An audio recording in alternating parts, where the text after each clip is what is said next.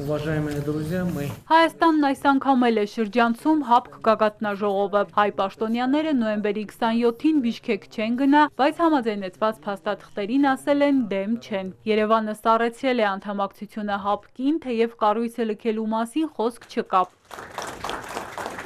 Ինչու չեն հայտարարում ՀԱՊԿ-ից դուրս գալու մասին, եթե այդ կազմակերպության առաջարկած անվտանգության երաշխիքները չեն բավարարում։ Սուրենյանցն ասում է՝ գիտի պատասխանը։ Արևմուտքից որևէ մեկը պատրաստ չէ ստանձնել Հայաստանի անվտանգության բեռի պատասխանատվությունը։ Սա հաշվի առնելով քաղաքագետն ասում է՝ կիսատ պռատ այս քայլերի փոխարեն Երևանը լավ կանի վերադառնա ՀԱՊԿ ու բացերը փորձի ներսում բարձրաձայնել ու լուծել։ Մեր մոտ մի հատ մոլորություն կա։ Մենք թեկուզ անկատար անվտանգային համակարգը համեմատում ենք ոչ թե դրա բացակայության հետ, այլ ինչ-որ իդեալական մի բանի հետ, որը գոյություն չունի։ Իդեալական համակարգեր չեն լինում։ Իսկ գուցե Բաքվի հետ խաղաղության կամուրջներ կառուցող իշխանությունն այլևս անվտանգության բարձիկների կարիք չունի։ Նախ հնարավոր ռիսկեր կան, ասում է Սուրենյանցը։ Առանց նմանատիպ կազմակերպության Հայաստանն օրեցօր սրվող մարտահրավերներին դիմակայել չի կարող։ Մյուս կողմից չկա խաղաղությունը, որի մասին խոսում է իշխանությունը առավոտից երեկո։ Եթե նախապայմաններ են քո առաջ դնում, եթե քո ռազմագերիներին պահում են բանտերում ցմահ ազատազրկման պատժամիջոց են կիրառում, եթե քեզ շրջափակված են պահում, որտեղ տարանցման արգելքի վերացումը շրջափակման վերացում չի, դա ինչ խաղաղության մասին է խոսքը։ Առավելևս չկա ստորագրված փաստաթուղթ։ Այդուհանդերձ, փափուկ ուղերձներով են Բաքվից վերադարձել Հաջիևի հետ հանդիպած հայ փորձագետները, ընդունելությունից տպավորված, ճանապարհին հանդիպած ադրբեջանցիների պատմություններից հուզված։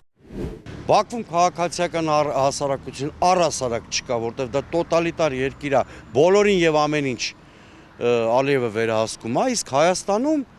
այդ մարդիկ, կոնկրետ այդ 5-ը, որ մեկնել են Բաքու, քաղաքացիական հասարակություն չեն, արևմուտքից գրանտներ ստացող մարդիկ են, որոնք այդ արևմուտքի գլոբալիստական շրջանակների քաղաքական ազդեցության գործիք են։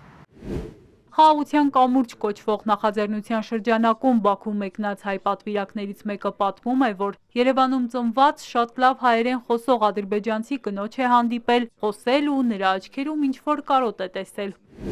Իրենց եղբայրները կտանքների ու խոշտանգումների են ենթարկում Բաքվի բանտում, փոխանակ այդ խնդիրը բարձրաձայն են։ Բաքվում հայերեն խոսող անոք ապրող մարդու մասին են խոսում։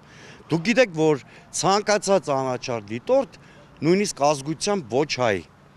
գիտի, որ Բաքվի փողոցում որևէ մեկը հայերեն խոսել չի կարող։ Այսինքն իրանց տարել է մի հատ հեքիաթ են ցույց տվել, իրենց մի հատ շատ սիրուն հեքիաթ են Պրյանիկով պատմել, իրանք որոշել են առանց Պրյանիկի այդ հեքիաթը մատուցեն Հայաստանի հասարակությանը։ Բաքվում պահվող հայ ռազմագերիներից որևէ մեկին 5 հոգանոց պատվիրակությունը չի տեսակցել։ Նրանց խնդրանքներն այս մասին մերժվել են, բայց Ալիևի օգնականը վստահեցրել է, որ այդ հարցով բանակցային գործընթաց է ընթանում, շատ ակտիվ։ Էրմինե Ղարիբյան, Հարություն Հովսեփյան, Էպիկենտրոն։